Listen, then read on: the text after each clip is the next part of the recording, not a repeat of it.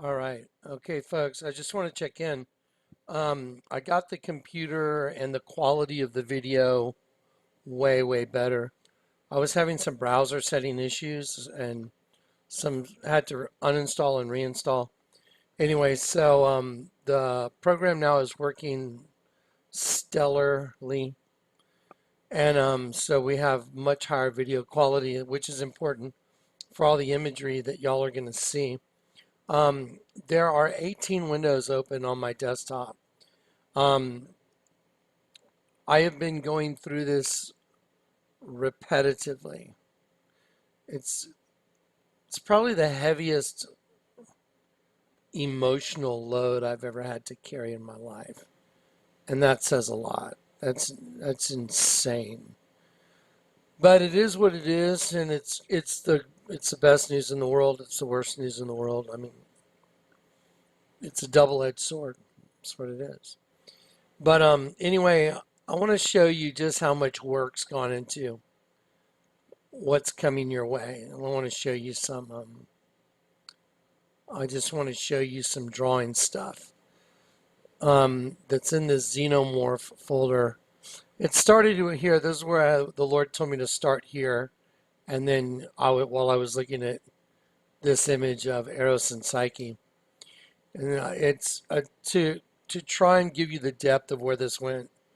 And I'm going to give you a very short presentation right now. I'm saving every one of those windows for myself in the morning, and I'm going to get up and do it fresh. I don't know how many hours this video is going to be. I'm not going to stop till everything that's been delivered to me is going to be delivered to you. That's what my function is. So let me show you something. This video says sketch 228 right here. There were sketches before that. This sketch says sketch 225 right here. So if it says sketch 225, that means it was put into a program where I was making it clear and obvious to people what the image is, the hidden imagery.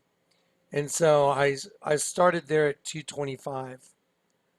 Let me show you how conclusive this is, how much stuff. Okay, so we'll scroll down here. There's sketch 255. So that's 30 sketches just to this point. Sketch 268, 269, 270, 273, 275, 276, and there are multiples like 276, 276 with a title Insect Stinging Angel. I've done so many sketches that it's the artist was just really, really, really good at what he did. Anyway, so as you sketch in the changes of shadows, as you sketch in everything the artist does, as an artist, I have to take on the mind of that artist. What's he doing with this? Where's he going with it? What's the rudimentary image he's going for? Tomorrow, I'm going to deliver this in a way to where you have such a firm understanding of what you're looking at, because it's critical that you understand it in the correct, just the correct presentation. Let me give you an example of what I'm talking about. Okay, here's an example of what I'm talking about. You have to understand the way the enemy hides its plans in plain sight is. It does a cumulative sum image, and the constituent parts of the cumulative sum make up one giant image, and that is the agenda. They don't only do it in drawings, or they do it also in statues as well as buildings. Ergo, let me give an example. So again, here is National Geographic, Pharaohs of the Sun. So you open it up And if I click on this and enlarge it, you're going to see all these images that here is Akhenaten the Pharaoh and he's holding his kid. Here's the queen and there's a kid on her lap and there's a kid sitting here. And so what your eye picks up and what your eye perceives is not what the image is at all. Not at all. The fundamental image that you're looking at is what the enemy wants you to see, but woven within that image is the entire agenda of the human race right there. Or right there. You know, there's this movie called Ancient Aliens, or it's a series on TV, and you know, they're always going, what if? Is it possible? I mean, I have not done one hieroglyph. I've done repetitive hieroglyphs that have come up with the same data just by drawing in the changes of shadow of the artist. The Bible says every good and perfect gift comes from above, from the creator of heavenly lights, not like them who cast shifting shadows. They invented the shadow arts. So anyway, and I can give you a really easy example. Let me give you a really easy example. Let me show you something about a hand. You see this hand right here? Let's just zero in on it. You see that hand right there? Does that look like a hand holding a hand? I mean, do you see, or does that look like a big clumpy, not so great, maybe working on it, but the reason it has these other things like that circle right there and some of these other shadows is because it's way more than just two hands holding. And this whole thing becomes an agenda for the destruction of the human race. Now, that's going to happen tomorrow when I show you this Eros and Psyche thing. And I'm going to take you to the Bible, and it's going to be heartbreaking. And I've already cried repetitively over it. It's like, no. I mean, I've literally said, Lord, I've had enough. I've seen it all, man. I'm like, okay, the Bible says with great knowledge comes great sorrow. Proverbs, it's true. So let me show you how the cumulative sum of all those images, first you thought you're looking at the Pharaoh and his wife and they're sitting on these things. But as you zoom out and you make the whole thing small, and I just very minutely put a little color in there for your eyes, you can see the whole thing's a face. There's an eye, there's the nose. It even has the nostrils made by their slippers, by the lines in their sandals. They have not, there's a nostril, top lip line between the lip. And then if this is the bottom lip, which it is, but there's a break in it, and that's because it's also the female reproductive system. And this is the entry point for a penis. It also becomes a female reproductive system. So if I'm to take this entire image and just simply slide it over, let me grab it on the edge so it doesn't get in the way. Let's see, I'll go like this. There we go. I'll just slide it over on it, and then I'll just size it barely. There you go. So now you can see, wow, the whole image is a big face. It's the face of the evil one. There you go. So there's the face of the evil one. Well, then, if I have to take the queen right here, and I take Queen Nefertiti right up here, and I take the queen, and I go, okay, let's zero in on the queen, and I'll drop the queen right here. So there's the queen. Okay, Isaiah said, those who try and hide their plans from the Lord are doomed. They carry out their schemes in secret and think no one will see them or know what they're doing. They turn everything upside down. Just like you turn the virgin upside down. Their plans are killing sheep. I'm going to show you, I've been showing you who they are. Their plans are to kill sheep. There's another race of beings, underground, locusts. They feed off the souls of God's angels, which are light beings that are trapped in host bodies. And then they get transmuted into food for a race of locusts in the pit. So let me show you who they are. So you turn Nefertiti upside down. So here's Nefertiti. Okay, Isaiah said, those who hide their plans turn everything upside down. Turn it upside down. Turn it upside down, and then it makes this image right here. It's a sheep. There's the eye. There's the nose. There's the tongue. There's the bottom chin. There's the ear. I'll just rotate it a little bit this way for y'all's perception. That's a little bit frustrating. Let me go back, see what happened there. Let's see if, there we go. Rotate it a little bit. And then I'll take this image right here and I will slide it over and I'll drop the sheep right on there. So how come there's always dead sheep? So how come, so let me ask you this question. Why? Why is a hieroglyph that was produced 1,300 years before Christ ever walked the planet, why is it a dead sheep? Well, I told you, you're going to learn about the cumulative sum of all the images and how that cumulative sum of images makes up the agenda of what you're looking at. And here are some of those images I'm talking about. An alien inside Akhenaten. The alien turns into a scrotum and penis, penetrating a female that's on her knees. The kid being held by Akhenaten. He really has a dead sheep in his head. His head is really an egg. So the child's head is really an egg for hatching a reptile. So here's the egg. I'll put it, see, I went right over the lines. There it is. So what's in the head of the kid?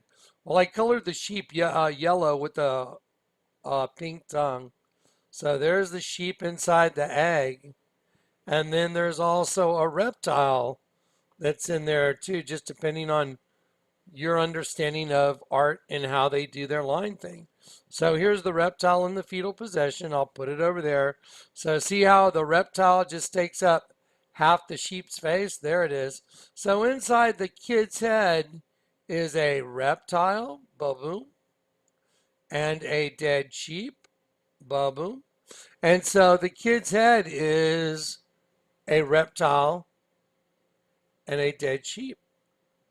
So there's a new race of beings that's being hatched within the human race, and the kid's head is a place for that race of beings to hatch. That's why Lady Gaga got out of an egg, and she said her performance at the Grammy Awards is about a new race of beings being birthed within the human race, because she's absolutely right. And she's just doing a little dance to glorify, her race of beings. That's all. And God, God have mercy on her. She wore that hat for a reason. She put it right there for a reason, because when you look at it, you can see that makes a nice alien head, doesn't it? And so, some people like to argue, and it's like you can argue with the obviousness of the truth, but that's your deal, not mine. I'm here to deliver information. Just like this cumulative sum image is a sheep with its tongue sticking out. Okay, so here's the point. So tomorrow, I'm just going to show you a few of these, and you have to understand that this is the way that the enemy communicates their nefarious plans. And my job has been to expose them and to ring the bell and let y'all know the locusts are going to come out of the pit, and everyone who's really not ready or doesn't know the truth is going to be taken by surprise, and it's going to be the most horrifying thing you've ever seen. It's going to be like the movie Prometheus on steroids. And so anyway, that's what I'm here to do. And that's why the Lord let me prove to you repetitively that images of the Virgin turn into reptiles and into bugs. And that's why the Statue of Liberty is sitting on top of a hendecagram, which is an 11-pointed star, which is called a kelipot in Jewish cosmology. And it represents the host body system and the Queen of Heaven standing on top of the host body system, because she rules over, and what she's holding in her hand that looks like a torch is really a penis. And that's where she gets her energy from. She's the mother of exiles, representation of Lucifer. So anyway, this no-brainer at this point. I've got all the data. The Lord gave me the data. It's a spiritual gift. I didn't figure this out, so I don't get any kudos. The Lord did it. Give God all the credit. I didn't do it. So anyway, so then, they build buildings. They build buildings that are in the shapes of giant snakes. And the whole building tells a story, and I'm going to show you just how simple it is. And tomorrow I'm going to have every single image lined up, ready to deliver, just like machine gun,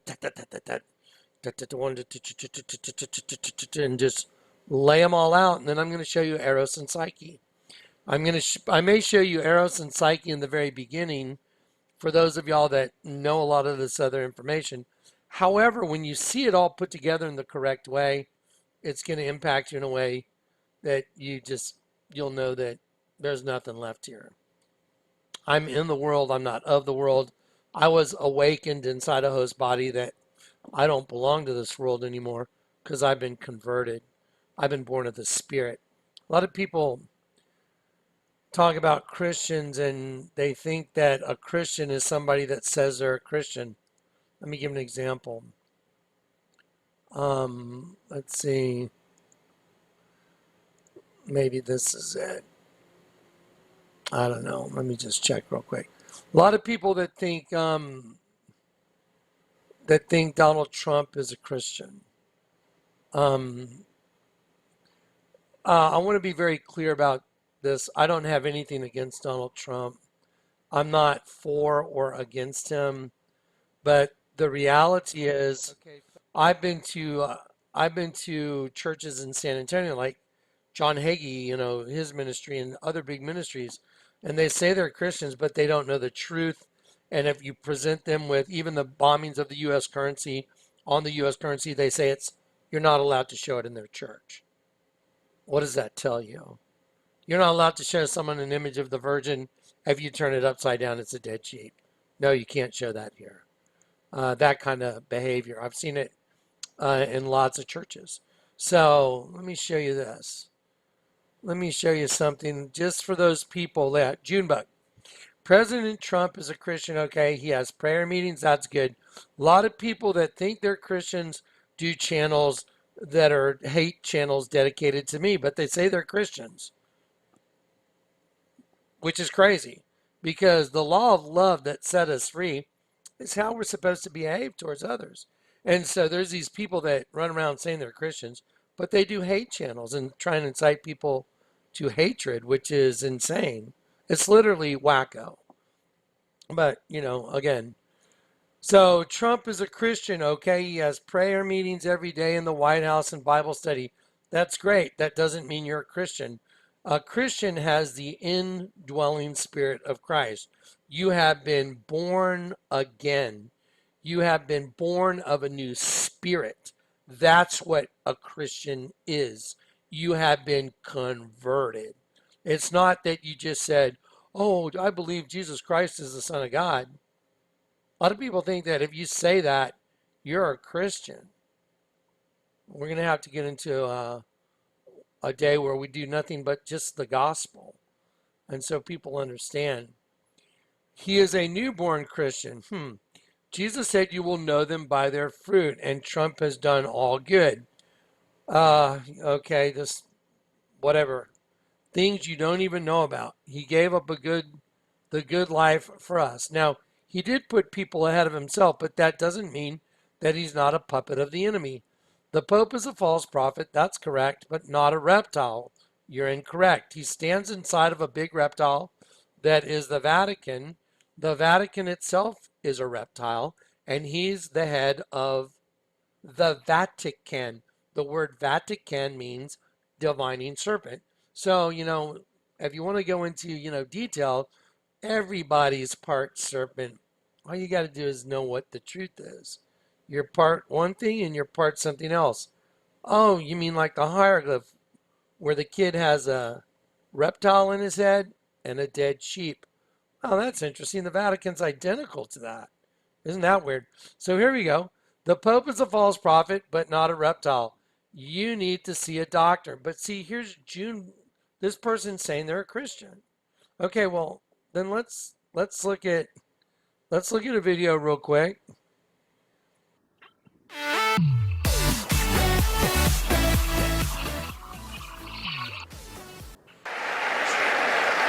So we've got people lined up for questions. I just got one more, because you used the word Christian. Have you ever asked God for forgiveness? That's a tough question. Whoa. Time out. Time out. That's a hard question. That's how you become a Christian. It's like, I mean, when I started being drawn in, I stood in my living room and I just came clean. I'm like, I've done this, I've done this, I did all this stuff I never thought I would do, man, and there's no way to go back. And I said, I'm guilty. I'm guilty as charged. I deserve to go to hell. I deserve it. And I admitted it. And then I said, but, if I wanted to reach out to Christ, I don't even know which one to reach out to because everyone's got their own version. And that's when Jesus led me in and he showed me the truth. Now let's listen real quick. I think in terms of I'm a religious. That's a tough question. I don't think in terms of I'm a religious person. A religious person. I'm a completely non-religious person. I hate religion. Religion is evil. Relationship is everything. Religion, Pharisees were religious people. And so are a lot of these people that do their channels that think they're godly and they're delusional. Shockingly, because people are so shocked when they find this out, I'm Protestant, I'm Presbyterian, and I go to church and I love God and I love my church. And Norman Vincent Peale, the great Norman Vincent Peale, was my pastor. Okay, well, I don't know how many people have looked up Norman Vincent Peale, but you can go look him up yourself. The power of positive thinking. Everybody's heard of Norman Vincent Peale. He was so great. He would give a sermon you never wanted to leave. Sometimes we have sermons, and every once in a while we think about leaving a little early, right, even though we're Christian. Dr. Norman Vincent Peale, Frank, would give a sermon. I'm telling you, I still remember his sermons. It was unbelievable. And what he would do is he'd bring real-life situations, modern-day situations, into the sermon.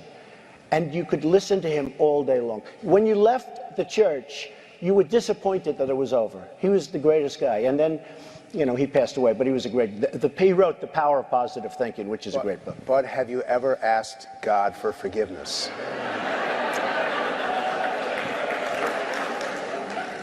I'm not sure I have. I just go and try and do a better job from there. I don't think so. Okay, so, again, I said I don't have anything against Donald Trump.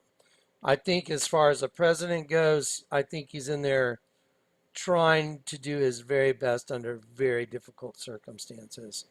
And I can guarantee you that the person that was in there before is the Antichrist. And he's about to take his seat of power. So anyway, who's behind all this nonsense? Who do you think the FBI is protecting? Who do you think everybody's protecting? Comey, McCabe, Comey's book, A Higher Loyalty, Truth and Lies. Who do you think he's protecting? Who do you think Loretta Lynch is protecting? Who do you think Ann Rice is protecting? Who do you think McCabe is protecting? Who do you think Hillary's protecting? Who do you think they're all protecting? Barack Hussein Obama.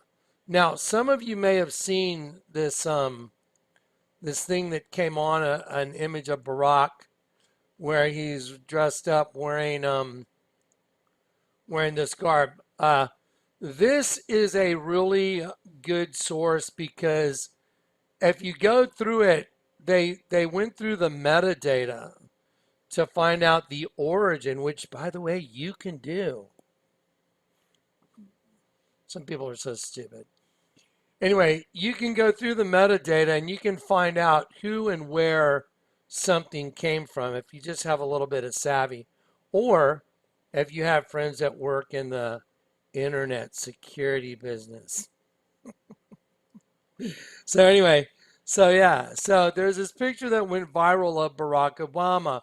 But if you read through it, now you know what, let's go through it really quick because I think it's fascinating.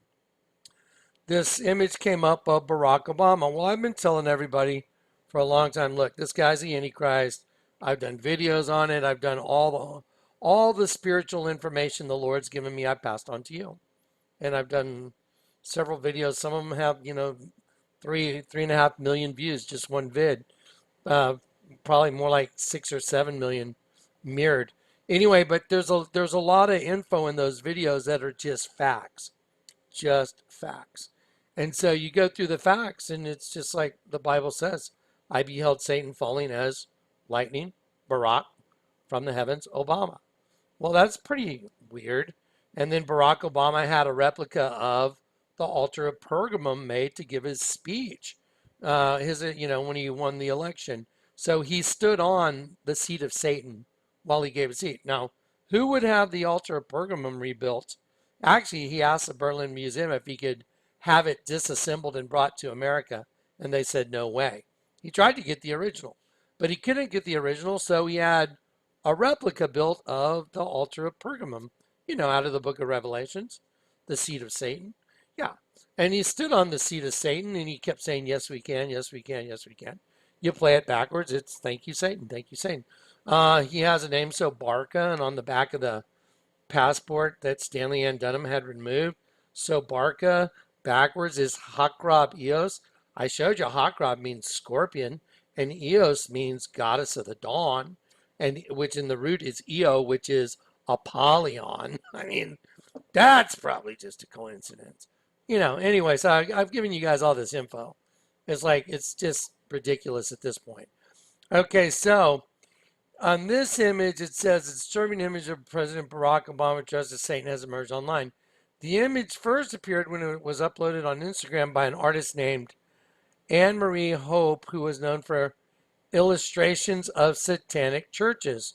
So that's something that the person that uploaded it is known for. The photo, which appears to have been taken by Hope herself, was uploaded to her profile with a caption that included the phrase class and grace, a term often used by Obama supporters to describe the ex POTUS. Okay, the image was deleted shortly after it was uploaded, but not before it was archived. When asked why she deleted the image, Hope responded saying, too much hate, not enough support. Copies of the photo have now begun circulating in message boards, causing huge amount of debate, blah, blah, blah. So they started going through the metadata. By the way, if you leave any address for any channel, any website you have, anyone that has any internet skills can use that metadata and find out, where it all came from. Yeah. So anyway, so of course, the first cry from debunkers that the image has been photoshopped. So let's investigate that theory. To check the image if it has been digitally altered from another photo, the first thing to do is a reverse image search to see if the original image appeared online or if there was an original image that they used. After uploading the image to Google search and the TinEye, the photo pulls 0 results from either service, meaning if it was altered from another image, then the original image has never been uploaded to the internet, which seems unlikely. So then they showed their search, 0 results out of 28.9 billion images. So secondly, a typical technique to identify an altered image is to apply different filters to an image.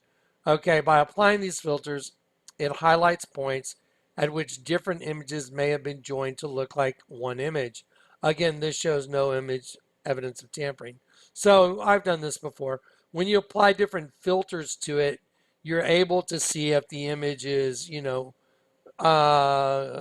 cohesive or whether or not there's something that went over it, because it'll show as a distinct line through it that one of them's not the same as the other, and the filters make that possible. I applied a filter to the dragon face on the Sistine Chapel. I had Dave the Wave apply a bunch of filters. It turned out some really amazing stuff. Okay, if the image has been photoshopped, as some suggest, and it would require a very high skill set in image manipulation that would go way beyond the typical prank levels, it is also unlikely that Hope would have such professional skills without mention of it anywhere. The fact that Miss Hope doesn't appear to have obtained the image elsewhere and that she couldn't have faked the image suggests she took the photo herself. Now, if you look at, this image of the eyes, You look here and here. It sure does look like Barack Obama, but aside from the striking resemblance between the person in the satanic garb and Obama, the person who stood next to Obama appears to be Archer Davis. He was an attorney and a politician who served as a Democratic member of the United States House of Representatives for Alabama, blah, blah, blah. He was a candidate for the Democratic nomination for governor of Alabama 2010. He was an early supporter of Barack Obama in 2008, bid for presidency, and one of the national co-chairs for Obama's 2008 campaign. So this guy right here is one of Obama's old cronies, and that is made evidence by this photo of him right here, this photo of him right here, and other photos of him here, here with Hillary and Bill Clinton. Here he is here, and here he is. That is certainly him. Note the jacket says Chicago hometown. Okay, so the image goes viral, blah, blah, blah, blah, blah. So anyway, so yeah, it looks like that's more than likely Barack wearing some really interesting, weird garb. But let me show you something even more interesting. This is an old article that you can. I'll put in the comment section. So this is the altar of Pergamum right here, Revelation 2:13. I know thy works and where you dwell, even where Satan's seat is, and that's this altar of Pergamum. By the way, Hitler and his armies discovered it, and they dismantled it, and they took that back to Berlin. Hitler was very interested in these things of the occult, and so he took it back, and there it is. And so then Barack Obama wanted to have it taken down and reconstructed, and he wanted to give his "Hey, I won the presidency" speech on it in the Denver Broncos stadium. That's what he wanted to do it on. Germany said no, we're not going to do it, and so Barack Obama had this built, which is a replica of it for his speech. So there it is. So Denver Stadium, replica of the seat of Satan. So Barack Obama stood on the seat of Satan, and he gave his acceptance, saying, yes, we can, yes, we can. Play it backwards, thank you, Satan. A lot of people think that's weird, but you know what? It is what it is. And so then as you look down, this is what I find really fascinating. Because remember, Eos, like, remember Sobarka, the name Sobarka on his mother's passport I showed you? It's Hakrab Eos. Hakrab is Hebrew, and it's scorpion. And Eos is goddess of the dawn, and Eo comes from Apollyon. It's like, how do you get all that together associated with Barack Obama? I mean, how in the hell did that happen? It's on his mom's passport. That was his occult name given to him by, probably one of the members of the ones that gave Lorette DeLeon Fuddy her name. Okay, so right here is what's called as Victoria, known as the goddess of victory right here. There it is. Okay, some of y'all may have seen this or know about it. But in the 1880s, archaeologists removed the altar from Pergamos and painstakingly reassembled it in Berlin, where it is now today in a special museum built to encapsulate it for its display and preservation. They're talking about the seat of Satan. But here's one thing that's really interesting. A statue of Victoria stands high atop a Grecian spire, which is very reminiscent of the ancient Egyptian obelisk. Now, what is fascinating is when Barack Obama went to Berlin and gave his speech on foreign policy, before the alleged president of the United States in the summer of 2008, he stood beneath the statue of Victoria, and he spoke to the tremendous crowds that were assembled there. Now, this is where things start to get interesting, the spire of Victoria. So there it is, and you guys, let's see. Let me just show you what this is so you can see it. So let's turn this into just a little educational video. give you guys some more data before we do Eros and Psyche. And um, there we go, right there. So there it is, right there, and there she is. That's it. Okay, there you go. So that's what's on top of that spire. There it is, right there. There it is. Yep.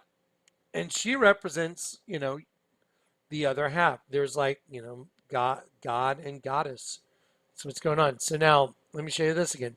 So there's Obama standing there. So here's what's really interesting. He did not directly face the crowds while giving his speech, but instead made it a point to stand to the left of the crowd, having them to his right. By doing this, he had positioned himself to face directly toward and address the museum in Berlin where the altar of Zeus, where the seat of Satan is, now located, while at the same time standing beneath Satan's charioteer, Victoria. Here's Barack Obama beneath the spire of Victoria. And so, and then there's the quadriga and all that stuff. I don't know how much y'all know about all that. But anyway, very fascinating stuff.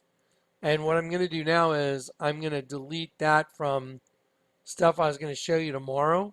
But I will save this link and I will give it to you guys. Anyone that wants to go see that information and read that, it's fascinating. And then anyone that, wants to look at this link as well. I'll put both these links. These are both really good. If you want to just kind of brush up on knowing that info, just so you know, I mean, he is the guy. He's about ready to come to power right now. That's more than likely him wearing his little costume, but who cares? There's so much more data on him other than that. I mean, who cares about his little costume? Anyway, he's going to put on his real costume here pretty quick. So anyway, I'm going to go ahead and just kind of knock off some of these windows. And then tomorrow when I'm fresh, I'm going to deliver the most burdensome reality of information that the Lord's ever given me. And I know that I've come to the end of solving the riddle. What's really fascinating, for those of y'all that have been watching this ministry for a while, y'all should know that many years ago I told everybody publicly the Lord told me he was going to use me to solve the riddle of ages. And I was like, I don't even know what that means. What does that mean? You're going to use me to solve the riddle of ages. Now I know exactly what it means because he's done it. And now I know it's done. So I will share it with you. You guys have seen a lot of it.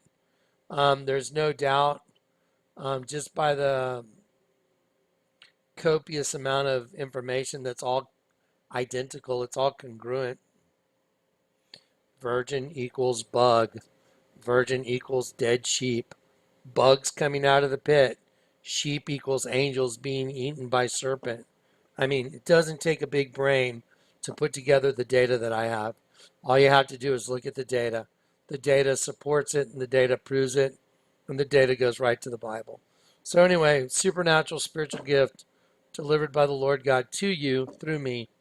All glory to God. I don't want any glory. I did not do it. I just stuck it out. I was able to take the beating. So that's it. And so that's it. So anyway, yeah, tomorrow we'll work it out on thanks for the metadata. Yeah, easy to find. Anyway, so yeah, we'll post those links and we'll get to you guys tomorrow. All right, God bless.